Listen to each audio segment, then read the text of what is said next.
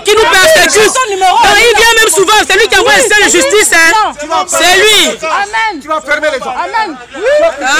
Il va nous enfermer. Ah, donc c'est toi le fameux Ali. Tu vas partir au Gabon. Tu as dit ça? Tu as dit ça, non? Tu as dit ça, non? Tu as dit ça, non? On ne sait pas. On ne sort pas. Fais ce que tu fais, on ne sort pas. On ne sort pas. On ne sort pas. Nous, on ne sort pas. On ne sort pas d'ici là. Fais ce que tu veux. Fais ce que tu veux. Un climat de tension règne dans la zone industrielle de Libreville, précisément du côté de Sipagel-Lolomi, où vit une petite communauté de Gabonais.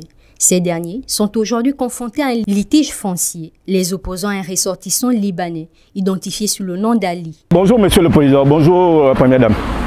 Vous avez parlé la dernière fois qu'un petit Gabonais doit se débrouiller.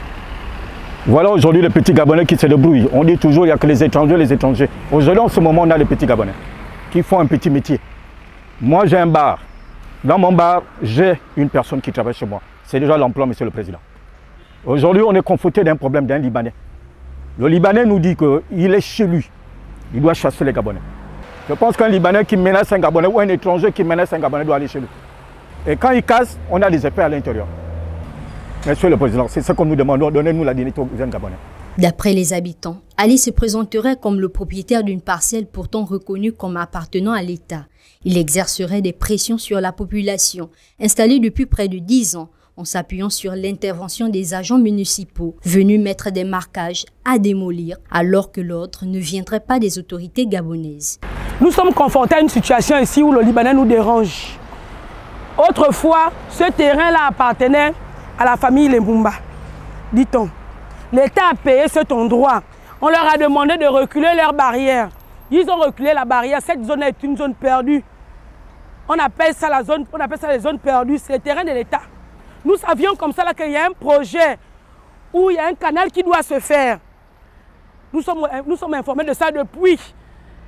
Et lorsque le président doit lancer le projet de gaspissement au niveau de Sipagel-Lolomi, nous partirons. Mais nous sommes persécutés par ce Libanais là dénommé Ali.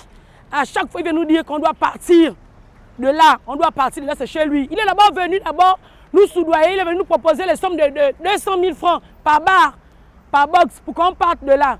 Après ça, il a amené les huissiers de justice pour nous demander de partir de la vérification faite. Il n'y avait pas de projet de l'État. Nous savions qu'en ce moment, il y a des casses qui s'effectuent un peu partout. Mais on ne partira pas de là si c'est le Libanais qui veut nous enlever de là. Nous, on veut partir de là si le projet de l'État est d'actualité. On préfère que ce soit le président lui-même qui lance ses travaux et de là on partira. S'il y a des clémences à faire, on fera des clémences auprès du président. Moi, on refuse que ce soit un Libanais. Et ce matin, il a encore répété. Il nous a encore bien répété comme ça qu'il est plus gabonais que nous. On ne va l'amener nulle part. On était là-bas, je suis là-bas, allé demander parce qu'il a envoyé son gardien pour nous demander de partir ce matin. Il y a eu échange. Il a dit comme ça qu'il va nous prouver qu'il est plus gabonais que nous. Donc, on a décidé d'appeler les médias afin de nous exprimer. Et comme il a vu que depuis le matin, on tient Mordicus, il a maintenant emmené une équipe qui est en train de casser, comme vous pouvez constater. Ils sont en train de casser déjà là-bas. Après, ils viendront enlever tous les box, tous les bars. Des habitants dénoncent un véritable trafic d'influence visant à les obliger à quitter les lieux. Approché par nos équipes, le dénommé Ali refusa de livrer sa version des faits. Je suis là depuis 2014. Je suis une commerçante, je suis une Gabonaise, je me cherche.